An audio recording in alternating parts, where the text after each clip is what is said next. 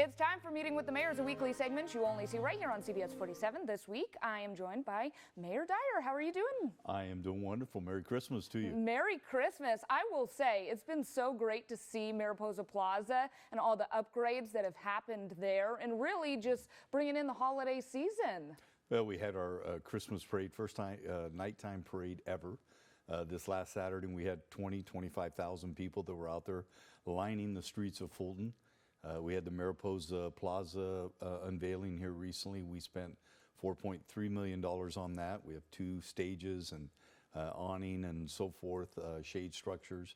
And then we have next to it, we have the ice rink. And I think we've already had somewhere around 6,000 people took advantage of it in the last 8 days or so. So a lot of good things happening downtown Fresno. I loved all the theme nights and everything, and I know there was a little bit of changes with the Fresno Area Hispanic Foundation taking over that. What does that allow for the city to focus on instead? Well, it allows us to focus on the things we should, and we outsourced that responsibility to the Fresno Area Hispanic Foundation. They went out and got a lot of donations, and they've done an incredible job. Now, we provide the staffing for them each and every day. But they've done an incredible job organizing it, ticket sales, and just being there when the ice skating's open. You know, there's been some exciting developments in the city of Fresno when you're talking about the downtown with the new parking structure that's coming in. You also have some stuff that's happening with the airport. Just in general, do you think that there's a lot of plans citywide that are going to bring more people to Fresno? Well, that's our hope. That's our goal. We knew that in order to have a more vibrant downtown, we have to have more people living there beyond the 8 to 5 Monday through Friday. And so we're more activities downtown, but also we had to put in all the infrastructure, the things that people may not see, the water mains, sewer mains underneath that support housing, 2 parking structures, one of them 600 stalls, the other one 900 stalls. And we unveiled that this week as well, the first one. The other one will catty corner from Chichansey. We'll start construction on that probably somewhere around March of 2026.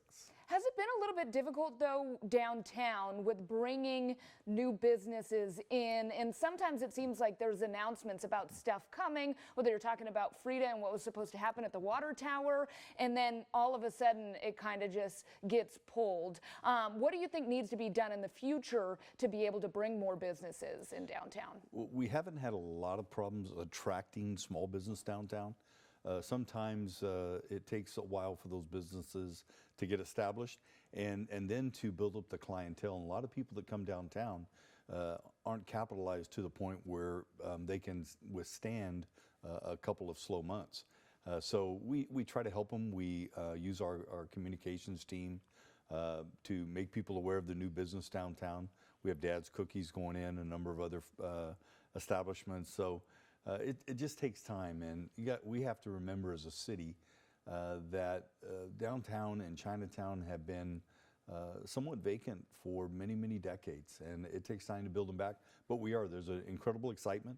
Brewery District is booming. Businesses are coming in. We'll have housing that's following, all the infrastructure, parking garages. So I'm excited about downtown. Yes, there's been a lot of discussion, and obviously later on today with the Southeast Development Plan, there's been some controversy and a little bit of pushback from Fresno Unified when they're talking about the enrollment numbers and it going down from 2021 was like 66,000 and then projected for 2028 down to 60,000, and saying that possibly, the Southeast Development could affect that. What's your response, and do you think there's been some, I know you talked about a little bit of overreaction from Fresno Teachers Association. Well, I think there is an overreaction, but it's based on assumptions. It's based on misinformation. Some of that information has been put out there falsely, and some of it's been put out just from a lack of awareness. But the truth is, we're not opening up 9,000 acres. We're not opening up the entire Southeast Development Area. We're trying to open up a small portion of the southern part of the SEDA. And about 1,600 acres of that, not for housing, which would not impact schools, but for advanced manufacturing, job creation, good paying job creation. which I think will ultimately help the schools because we eliminate poverty. But we are intending to open up a smaller area just to the north of that, just north of Jensen, south of Hamilton. And it would be about 450 acres, 4,800 homes, and providing home ownership opportunities. We hear far too often we don't have enough home ownership opportunities in Fresno. We're trying to provide that. We've seen more and more people leave Fresno, go to Madera and build, whether it's Riverstone or Tesoro Viejo, more people going to Clovis. And when we lose those families, when we lose those housing opportunities, a lot of bad things happen. Number one, we lose property tax revenue, and 40% of our revenue for the city of Fresno to provide services like police, fire, roads, and parks comes from property tax. So we need to open up some areas, but we need to do it in a very organized way. And I'm willing to put safeguards in place that prevent us from expanding beyond those initial boundaries, the initial phase, whether that's a voter referendum or population thresholds, whatever it is, we're willing to do that, and that's the purpose of the council meeting tonight. And is there concern that possibly it could shift some students to Clovis Unified? And what's your message to people at home that feel like that's the case? Well, number one, it won't shift a single student to Clovis Unified because we're not opening up any area within Clovis Unified. The only area that we would open up for the housing piece would be in the Sanger Unified School District, and we've met with them. I've had no less than 40 meetings with people who have concerns or expressed opposition. But what's been very, very difficult is battling the misinformation that seems to be spreading out there. And even though we've had workshops, we've had meetings, we've communicated in the media, there are certain organizations out there that perhaps have some hidden agendas that are spreading this information in a way that is not helpful.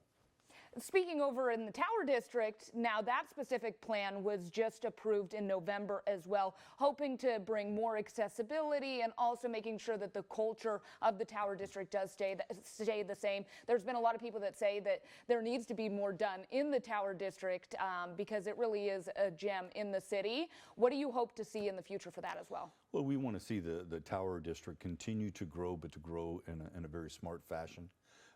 We have businesses that have flourished in that area. You go to the Tower District, especially on the weekends, but really any night of the week during lunchtime, it's packed. There are a lot of people that feel very comfortable going to the Tower District. It has a certain vibe there in the Tower, and we want to keep that vibe. And we want to make sure that we have a presence of police officers there so people feel safe. We've taken some steps to limit street vendors after midnight.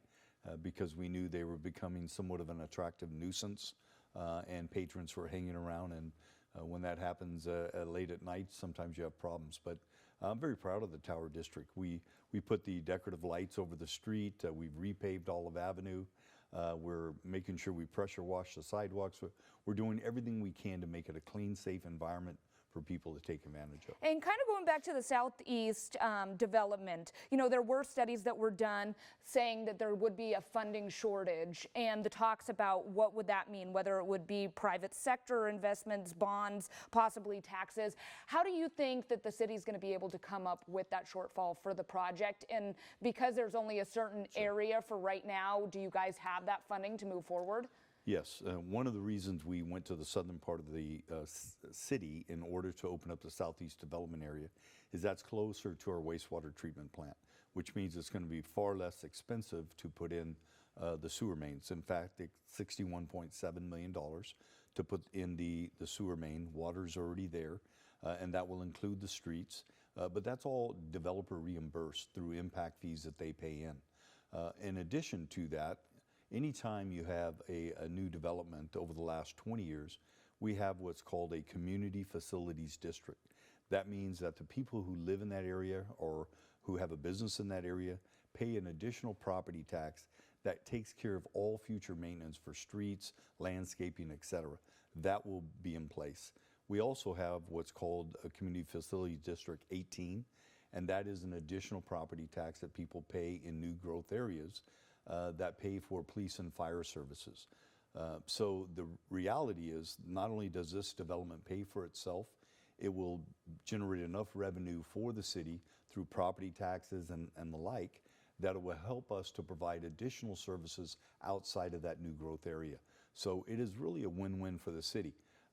Trying to explain that to people and get them to understand it. Sometimes I think, oftentimes in meetings I've had, they weren't aware of any of our CFDs. They weren't aware of our property tax. And the other thing is that we negotiated a new tax sharing agreement with the county this last year. City council members did. And we used to only get 38% of all the property tax from development. The county got 62%. Under this agreement, the city now gets 51% of the property tax. The county gets 49%. So this is a good area to develop in. Once people hear all the facts, I think much of their concerns are alleviated. Moving on to Measure C, and obviously that's going to be coming up in 2026, the half-a-cent sales tax. Usually, I think in the Measure C for the Fresno County, it said it's about $4 to $8 a month for the average person. How important is this in general, and what's your message to people at home that maybe feel like, since it did go into effect in 1986, that it's not always being used in the right projects? Well, people have legitimate concerns about Measure C. In 1986, that measure was put in place to do more regionalization in terms of freeway expansion, and then the subsequent measure was a little bit more towards public transportation and some roads. This measure will be not strictly roads, but 65% of this measure of the dollars received over the 30-year period, which is $7.3 billion for the county, 65% of those dollars will go towards fixing local roads, neighborhood streets, not expansion, not the freeways, not lane widening. And 25% of those dollars will go towards public transit, public transportation.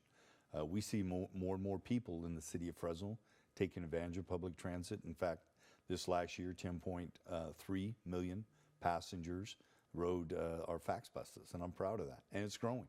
So we are going to have 65% for roads, 25% for public transit.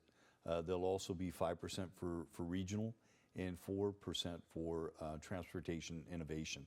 So it's a great measure. We need to get it through. It comes before the voters in November of 2026. We've done a lot of work to make sure this measure is fair, that it supports the communities, and we'll take care of our roads. We need our roads fixed badly.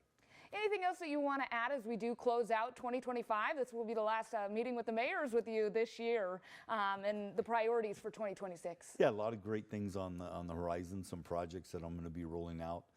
But I said during my State of the City this last year, but this was going to be a time to build, and we are building. We're building facilities. We'll have a new 911 center come into play in 2026, a new police headquarters, a new fire station, as well as a new fire training facility, plus all of the road construction that we've done, the Pave More Now, Pay Later, $100 million in street paving and sidewalk repair. All of those things are taking place now and will continue in 2026. Thank you so much, Mayor, for coming on the show. Absolutely, my pleasure. For you at home, if you want to find out more information, we will have that linked on our website, surecentralvalley.com/meetingmayors. We'll be right back after this.